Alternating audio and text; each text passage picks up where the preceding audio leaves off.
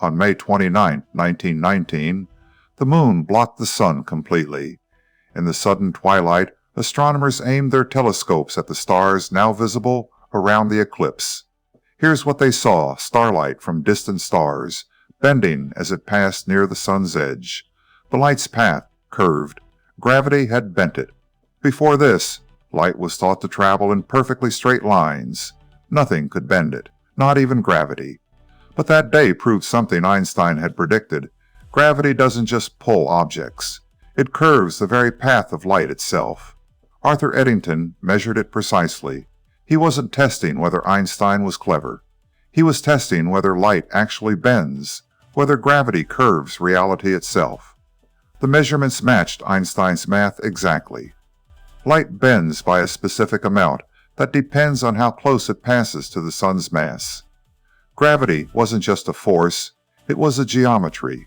But this was just one star, one beam of light, one massive object bending it. What if light from a distant galaxy encountered not one massive object, but many? What if light from the edge of the universe had to travel through galaxies, galaxy clusters, and dark matter for billions of years before reaching us? This is exactly what we see.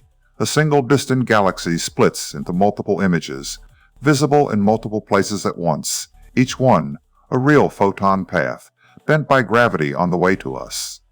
This is no longer a prediction.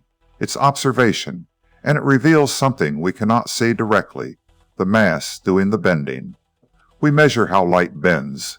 We calculate what mass is required to bend it that much. And we discover that the visible matter, stars, gas, galaxies, accounts for only a fraction of the bending. Most of the mass is dark, invisible, but real and mapped by light itself. Now scale up. Imagine a galaxy 3 billion light-years away. Its gravity is immense, and directly behind it, from our vantage point, sits another galaxy 11 billion light-years away. Light from that distant galaxy has been traveling toward us for over 11 billion years, but it never reaches us in a straight line. The massive foreground galaxy's gravity bends it. But gravity doesn't bend all light the same way. Light from different parts of the distant galaxy takes slightly different paths around the foreground mass. Each path bends slightly differently, and each one reaches Earth as a separate image. We see the same distant galaxy in 5 different places in the sky at once. Not 5 copies, 5 different light paths.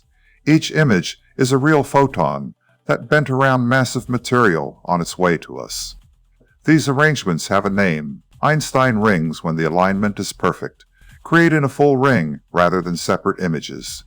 Hubble has cataloged over 100 known Einstein rings and lensed galaxy systems, each one a natural telescope, but also a measuring tool. Because here's what's remarkable: we can measure the mass that bent that light just by studying the geometry of these images. The amount of bending tells us the mass. The shape of the arcs tells us where that mass is distributed. The spacing between images encodes the distance to the source. From one image, we calculate gravity. From the bending, we infer mass. And we discover something we weren't expecting. Most of that mass is invisible. The visible matter, stars, gas, the glowing galaxy itself, only accounts for part of it. Something else is there, something we cannot see. But when we measure what's actually there, when we count the stars, weigh the gas, add up all visible matter, the numbers don't match. The light bends too much. The curves are too sharp. Visible matter alone cannot explain the deflection we observe. There is more mass here than we can see, and it extends far beyond the galaxy's visible boundary, forming what we call a dark matter halo. Dark matter, invisible to light, undetectable by any telescope, outweighs the visible galaxy by a factor of 5 or more. But here's what matters. Lensing reveals mass, without requiring us to know what that mass actually is. Whether dark matter is WIMPs, axions, or something that requires rewriting gravity itself, the bending tells us the mass is there. The Euclid telescope is mapping dark matter across the entire sky, by measuring how weak lensing distorts the shapes of millions of distant galaxies. Not as isolated clumps around single galaxies, but as a vast cosmic web underlying the entire universe's structure. Light from the most distant galaxies must pass through this invisible architecture on its way to us. And lensing itself becomes the lens, a tool to see places the universe's structure has magnified, to see further back in time than we ever could before. Now, take this principle to its limit. A photon leaves a galaxy when the universe is less than 1 billion years old. For 13.5 billion years, it travels toward us, passing through massive clusters of dark matter and galaxies on its way. That bending amplifies the light. The gravity compresses the photon's path, making it 9.5 times brighter than it would be unobstructed. Without that amplification, JWST would miss it entirely. These galaxies are 10 to 100 times too faint for the telescope to detect alone. But the light makes it through. JWST has now observed lensed galaxies at redshift Z greater than 7.5, meaning we're seeing star formation as it actually happened, less than 400 million years after the Big Bang. The same galaxy appears multiple times in JWST's field of view, each image a different path that light took through the cosmic web. And what we see in those images is unexpected. These earliest galaxies formed stars in tighter, denser clumps than the galaxies we observe today. Star formation was happening faster, and it was concentrated in the densest regions of dark matter, exactly where cosmological simulations predicted it should be.